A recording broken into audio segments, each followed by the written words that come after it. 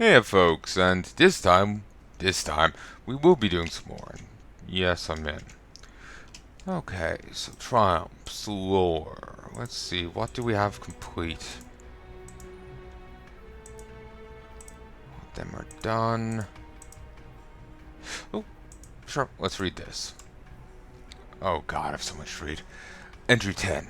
I'm a mother to a beautiful daughter. A daughter who talks to people who aren't actually there. Normal kid stuff, sure. Reminds me of my own childhood. Like when my mother would tell me I blurred that together to say child stories. Ghost stories. They fascinated me, especially the real creepy ones where ghosts would try to communicate with people. I decided it was going to be the first person to truly make contact with one. At the creepiest part of my house, the basement. I was just going to sit in the dark and wait until anything, showed up. But my plan was cut short. Took one of a hell of a tumble down the basement stairs.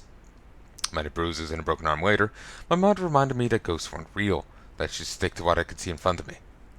Sometimes you want to believe in a thing, you know? Because what if it is real? What if this big, beautiful universe we barely know, uh, what if this big, beautiful universe we barely know is much stranger and more complicated than any of us realize? Shouldn't we want to look beyond what we can see with our eyes? I mean, a gigantic, ominous ball floats in the sky over other planets and terraforms them. Stranger things haven't happened. If something like the Traveler exists, doesn't it stand to reason there's more out there than we know? More out there we don't know? So many people treat the Traveler like it's not this completely alien thing we still know entirely nearly nothing about. Sure, we've benefited from immensely, but so many people around the world put their blind trust in it, their faith even, to a fault, a huge one. We've let ourselves become hypnotized by the Traveler into thinking we're all safe. We've let ourselves become naive about the world around us. We've let our guard down on a personal level, all in the name of achieving world peace and all we claim because Traveler inspired us to do so. Become comfortable, complacent, unprepared for next time fate tells us to. Fate tells. Next time fate tells to wash us all away. Make no mistake, it will. Well, daughter's not old enough yet to comprehend the Traveler, but she's impressionable enough to become weakened by it like the rest of society should I let her. I will not let her. We're not alone with the Traveler. Something else has been detected out there, an anomaly of sorts. Look at the friends in informative places who tell me these things. They don't know what it is, but there is something. Could be another Traveler. Could just be a wonky radio wave, or could be something really bad. On the off chance it is something to be concerned about, shouldn't we prepare to deal with it head on before it arrives? But how are we supposed to do when the means to defend ourselves are not in people's hands anymore? Don't get me wrong, it's not like I don't understand those decisions. They make sense, but having a child changes your perceptive on life. I won't feel comfortable unless I'm the one doing something to protect my family. Can't be the only one. No more sitting around thinking someone or something else will do it for us. I will handle it. I won't do it alone. I know just the right people who would appreciate the opportunity to be part of something like this. Something that the powers would be would never sanction. But like I've said in the past, we don't know what else is out there in the universe. What we or our children's children might have to face one day. We will be prepared. So this is what success looks like. We, tree, putting a stake in the ground for what we believe in. Some may disagree with what we're doing. I don't care. We have to champion all that we hold dear, who we are, our values, our cultures, all that we believe in as human beings. This is why we founded the Black Armory. Our works, our works, they're beautiful, all of them, finely crafted, made from the strongest of materials, durable, accurate. It took me some time to create our first few designs, but I wanted to get them right and make them distinct to reflect who we are: mothers, fathers, sons, daughters, friends, lovers. If the day comes that we need to wield these weapons against, I don't even know what, they'll be there to remind us what we're fighting for, what we are defending, where we come from. I'm so lucky to have found Helga and Yuki, my co-founders, who share these feelings so deeply. The Black Armory owes its continued success to them. I am in awe. Helga's formerly from Clovis Bray. She handles the business side of things. Is a resident engineer. She handles the science and mechanics of it. Every day I get to admire these women and everything they do right. put so much of themselves into our work, their soul, their heritage, and do it all for the cause. We've become one big family. I couldn't be happier. 41. Our forge is up and running, the first of its kind. This is momentous for us, the Black Armory. I should be thrilled. Should being the key word here. But I didn't ask to build a mobile weapon factory. I didn't come up with the idea. Helga Nuki did. Suffice to say, lately, we haven't been agreeing on things as much as we used to. With the anomaly, that we've now more than ever that we need to work out there. Easily accessible in the moment, they said. Much greater number, they said. Growing fast. Too fast, which means mass production, which in turn means less control over work, how it's distributed, who it's distributed to, etc. It means more weapons to defend ourselves, yes, but not in every single person's hands. That was not my vision. Power without control lives in chaos. It's give and take. And nothing says less control, quite like placing portable weapon printers all around the world. Hell, they're even discussing putting them on other planets. I guess I always thought this operation would stay more intimate, more focused. But how can Yuki always looking out for the Armory's best interests? Ergo is always reminding us, obnoxiously I might add, that unless the little green aliens invade, this is as much a business as a cause. So I signed off on it. Olga can keep being the semi-cruel one around here. I'll just work hard to preserve her heart. Today I gave Helga a piece of my mind. She came to me with another opportunity for the Armory. Another chance to increase her production, but this project really crosses the line for me. Exos. Never liked the idea of them in the first place. They're not humans. They don't have a soul. They're nothing but the experiments of humans playing God. Since when has that gone well? If one day decide they don't like the rest of us, what recourse do we have? We slaughter. Thinking about combining that technology with ours makes me sick. Helga knew how I would feel about this. She absolutely knew. Yet she brought it to me anyway. She even brought up Titan again. They're talking about a potential evacuation. People need protection more than ever. This is the logical next step. Yuki tried to play both sides as usual. She means well. It was getting between me and Helga when things start to get ugly. She usually knows just how to calm things down, and I admire for it, but not this time. This was not the purpose of the Black Armory. Entries 67 and 68. Entry 67. Travelers on the move, and they say it's coming here, to Earth. I didn't take the news of the Titan's evacuation seriously enough. I should have listened to Helga and Yuki. This is bigger than just me, it's about all of us. If Project Niobe can help humanity, then it's our duty to press forward with it. If it means working close with some unsavory types. Sometimes that's the cost of protection. It's only a matter of time now.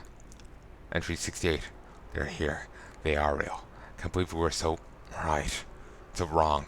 To think that we could stop this. To say we're naive would be an understatement. We simply didn't know their power, their strength. It's insurmountable. As they draw closer, all we can do is hide and hope the facility doors will be strong enough. It's utter chaos out there. The man who put their faith in the Traveler. I didn't know what sort of answers people expect from a gigantic ball in the sky. It's silent as always. At least I'm with her. Being with family is what matters in the end. There is no more hope. Only screams of humanity. 70, 71, and 72. 70. The howling is loudest at night. By dawn, the quiet returns, and with it the horrid smell that brings us the dogs. I long for the moment I can pry those doors open and leave this place. To try to sleep, I realized I couldn't recall the last time I heard a songbird. Do any yet live? I half noticed. 71. Last night we woke in the middle of the night to the sound of something pounding on the walls. It roared and stomped and howled in frustration. Until it found the doors.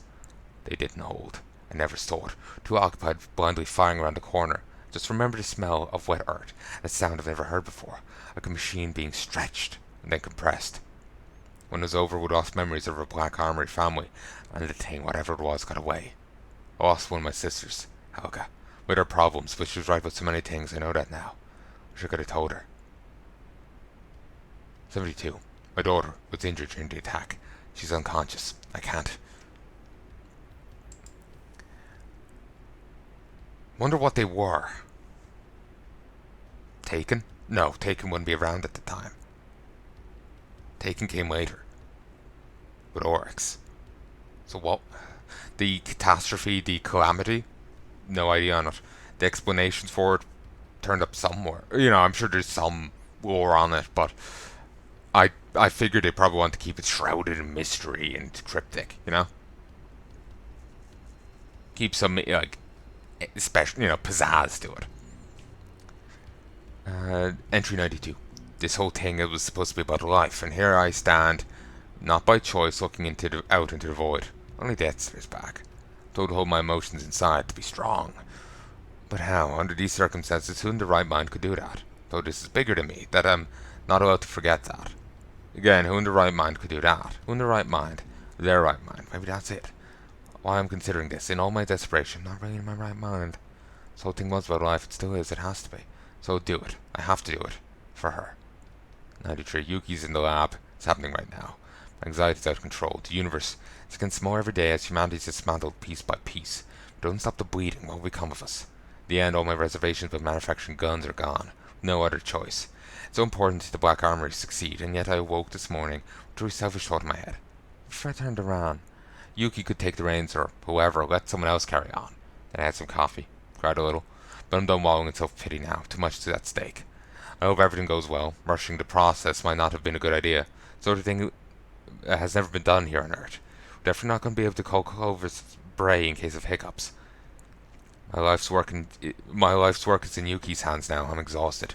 I'd like to hear the birds sing again. Hope they escaped. Entry 94. I sealed the damaged entrance as best as I could. The busy work helped me ignore what was happening in the lab. What's still happening. But we can't stay here. They're going to attack again, and this time we won't make it. There's no time to finish the process in the labs. We'll have to do it from the road. Leave at dawn. Entry 95. I buried the remains this morning. Yuki and I had a short ceremony. No time to look back. We have to leave. And 99, 100, and 101.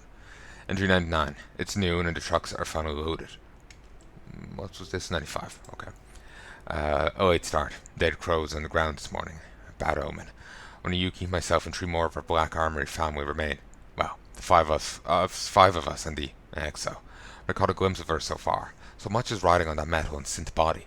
We woke her today. I can't look her in the eye. The birds are missing from the sky. We're going to head to the airport and then try to pick.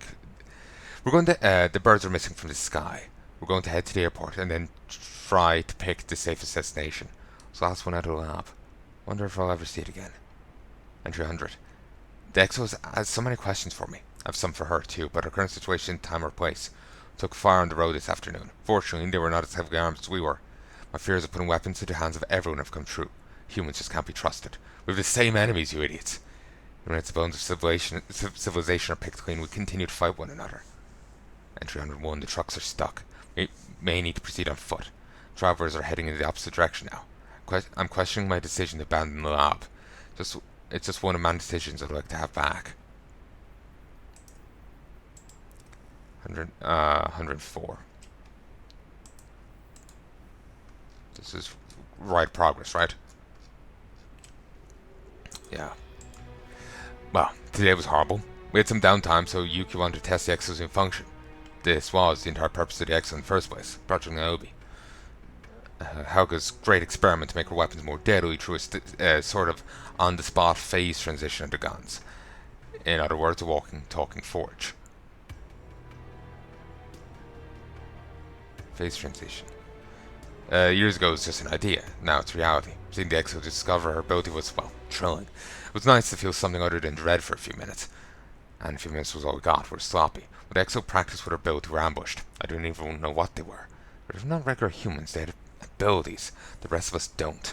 Took one down, we thought. But then the little red drone lit up and it was on its feet again. We kept firing. Didn't expect to run into an armory on foot, so they ran. But not before killing some of us and wounding Yuki. She promises I'm stuck with her now. We lost without her. Entry 105. We travelled all night to put as much distance between us and her attacker as possible. The EXO's carrying Yuki now. It's clear she doesn't have long. She asked me to leave her behind. This family's all we have left. We'll do no such thing. 108. Yuki is dead. Didn't happen like I thought it would. When the men who had attacked us returned, this time with an offer, he wanted the EXO. He'd seen what she was capable of back at the truck. How she turned her weapons into something even more deadly with nothing but her hands. The EXO stood, willing to sacrifice herself for us. I was horrified. Before I could say anything, Yuki lied and said she had the obsidian accelerator, that it was in her backpack. The man approached her cautiously as she looked at me, that one last time. The same one that had calmed me down so many times. She reached for her backpack as the man drew near. The exo grabbed me and gave me cover as the grenade exploded, shielding me from the flaming shrapnel. Then she helped me up and we ran. Looked back once. Man's red drone was shining its terrible light about the carnage, looking for its master. He'll get up again. He knows what she can do. He'll be looking for us. Yuki, I'm sorry. Entry 109, 3 days later. Still numb. It's unbearable. It's just me and her now. Entry 110. She and I spent the night under the wing of a crashed jet. I realize now as I write this, I haven't seen a plane in the sky. Not once since we set out. It's not the world I knew. But I'm look at her. I'm thinking about it. This is not the world I knew.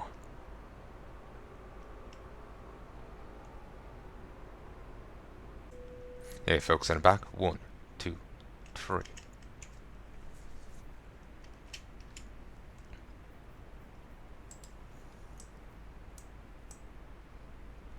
Yeah. 110, so 115. The airport isn't safe anymore. The control tower is ablaze, and the monster's sounds on the wind keep us from investigating any further. Damn it, now I really want to play through this and see what's there, you know? Like survival horror or something, but from the sounds of it, you just get murked immediately. Entry 116. We walk parallel to the roads and lie down in hiding when we hear other travellers. My legs are sore and my mouth is dry from answering her barrage of questions. So much of this world that she doesn't understand and so much I want to tell her, but I can't. Just can't. Not right now. Yuki's death has weighed on us both, but yet she remains an innocence. Trying so hard not to ruin it. Came across the remains of a petrol-burning car in the forest. She asked if it could still be alive. I explained it was never alive. Those machines had no souls. I instantly regret saying that because it would only lead to more unpainful inquiries. I told her I had a headache and needed some quiet. Entry 117. When the sun is up, we're wary of other humans. When the moon rises, we worry about worse creatures. We're on a road to nowhere now. I was always paranoid, but I can't shake the feeling that the man I let escape is watching us. Going further inland would be a mistake. That was becoming clear from the increasing destruction we're encountering. I'm hopeful that if we can make it south to the Mediterranean Sea, if it means going through the Alps, we might be able to find a small boat. The island sounds perfect. I think Corsica should become the end goal. But with our luck, it'll be beset by some sort of invincible sea monsters. Nostalgia overcame me today. It came upon an amusement park I used to love, back before all this. But now nature began to lay claim to this place. Fortunately, I could still describe most of it in detail. I showed her where I liked to eat, where I rested my weary feet, even a petting zoo, or appreciated the beauty of exotic animals. I started to tell her stories about when I was here with my family. But scratching my throat made me stop. I suppose these wounds are still bleeding. Yeah, folks, sorry, I just had to stop. 16, 17, 18. Hear me, hear the game, see the game, and the recording. 26, 27, 28. Okay. Yes. This one. 42. 142. My head has been down as I walk through this new world with such an inquisitive young soul. Our gaze is off into the sky, and today we were rewarded with the first living creature in a while, a butterfly. She was lost in its beauty. The wings fluttered past her bright eyes, and this wreck of a world fell away.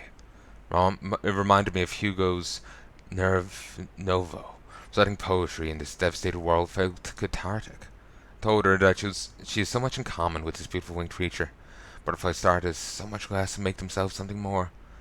Perhaps if either of us had tears, we would have cried. And 343. I thought I saw one of those small drones pass over us today. We're picking berries and watching out for more butterflies when I thought I caught a glimpse of the damned thing. Made her a promise. No matter what happens, if they catch you, must not trust them, not ever. 144. These are difficult days and nights. It's slow travelling off the roads, and we're on each other's nerves now. She observed that the other people from the Black Armory were nicer. I snapped at her, but she's right. At least these days, anyway. The barrage of questions continues. She wants to know why she's special, why we needed her, where she comes from. I can muster up the answers, but it's easier to bear my face in this journal or pretend to be asleep than to face her questions. She's still quite a ways from the shore. 150, 151. Put this journal aside for a long time. I've been too tired to write in it. My clothes are looser. She's concerned that I'm shedding mass. This is not how I wanted to get nowhere. At night I started singing to myself to calm my nerves. She kept rapt attention and truly asked me to teach her the song "Où temps de Chris is just how I know it, but I'm in no condition to talk about him. It's just an old family tradition, I tell her. This is lying. I wonder if it really matters now. Entry 151. Tried to answer some of her questions about Black Armory, about life before the end, about what I believed in, but what makes us who we are, about what makes her who she is. If you don't know where you come from, how can you know who you are? The past defines us more than we're willing to admit. All this, all that is lost, I'm telling her, that she should care about for it. Our past is precious, needs to be remembered. I'm telling her this, realizing that I'm the one holding back. I won't keep secrets. I'm the hypocrite. Stop me from being even able to look at her. Someday probably should be the only life her legacy has left. Maybe one day I won't be such a coward. Maybe then I'll tell her everything. Entry 157. We arrived at the shoreline. Small, organised camp here. Unfortunately, all that floats, and some things that don't, are already set to sea. There'll be no boating wave from Europe. Corsica is off the list for now. 158. I've had an anxiety attack. One wounded drone has shown up at camp. Seems to be low on order here. She made a point of being impressed with her charged Black Armory weapons. Does she have good taste, or does she want to know more than she lets on? Can't take the risk. I'll have to leave soon. 159. Today, some young children and parents asked if Ada would mind holding their hands and talking to them.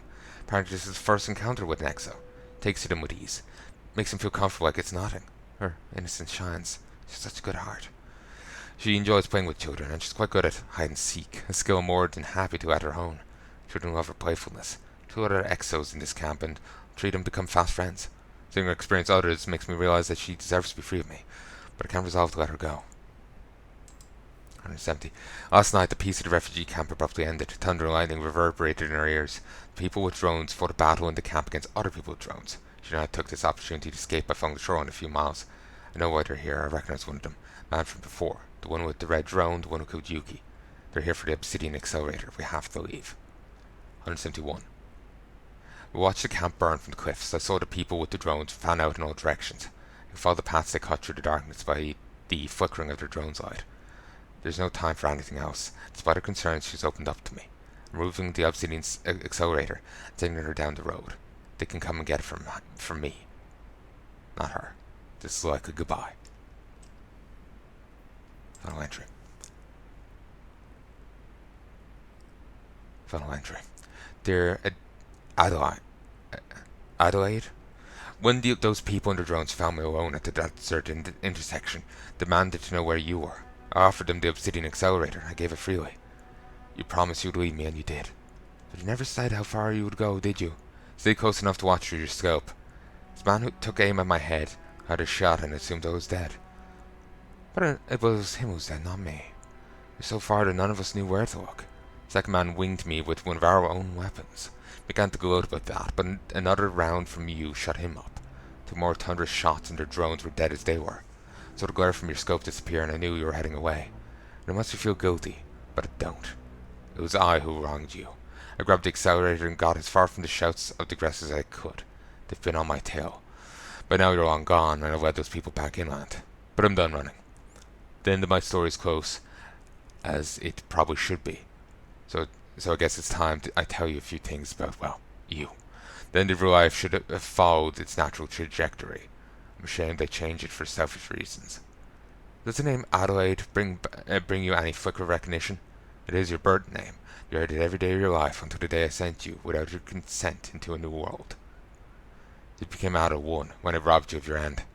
I've loved you since before you were born, and in trying to give you everything, I've robbed you of a final human experience, a dignified death. I know I'll not see you again. If you want to know about your past, know that you were born a second time in the Niobe labs. When you were wounded at the labs, I saw you were losing your fight. Did what I always did when the chips were down. I created something. You, Ada 1. From what I'd almost completely lost. I did it out of fear of losing you forever. I charted the course of your life, made decisions that were yours to make, not mine. You find it in your heart to forgive me for that. I was naive, looked too often to the past. I just couldn't let any of it go. I never did have much respect for the natural order of things, and Helga, wow, she was the opposite of me. She only wanted to grow the Armory, to see its full potential. Yuki helped make that vision possible. Two of them spent as much time looking ahead as I did looking back. I realize now that there's a balance to life. Look backward a little, look forward a little, but most importantly live in the here and now. You appreciate what you have, because you never know when it'll be all snatched from you. Learn from your successes and missteps. Be bold. Do not fear the future. Respect the past. Never forget where you come from, and try never to fear death if you can help it. I know I don't anymore. You know what's funny? Never considered how lucky I was for the time we had together. The envy of all the mothers who ever lived. I got to love you twice. Your mother, Henrietta. That is actually rather sweet. And with that brings the end to the Black Armory papers. I know that you may have clicked on the video expecting where to get them, but in all likelihood they have been removed from the game completely. According to an article I just read, Bungie is planning on re-adding some of the vaulted content to the game. Some of this could be permanently deleted. From the sounds of it, yes. So you get what you get. And plus, I have gotten them through videos already. So if you watch the series, you've already known how to get them. Plus, there's plenty of guys already out there. So I'm happy with just putting up videos of me reading them. That's enough for me. So I hope you've enjoyed, and I'll be back soon to record a few more of these. I got a few more floating around that are finished. A Man with No Name. I do wish I had Drifter's Gamble. Drifter's Gambit. But I just haven't gotten the rest of them. Hopefully I'll be able to get that in future. I haven't got the rest of Forsaken Prince. Hopefully that'll still be here. I think the rest of the entries are on Earth, or places that aren't being removed in this with the vaulting. Don't have that. I've gotten what I can that aren't in the raids. Actually no, this was Chalice content. I've gotten what I can. I don't think I can afford anything else. I've gotten what I can of this. Oh, I still need to read this. So yeah, I'll be coming back with that and A Man with No Name. I might still read through these because that's all we'll be getting, maybe forever. So I may as well read through what's there.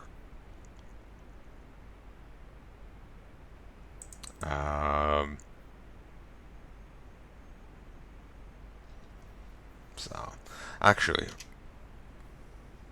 I'm just out of curiosity. I will break from what I'm doing for one moment.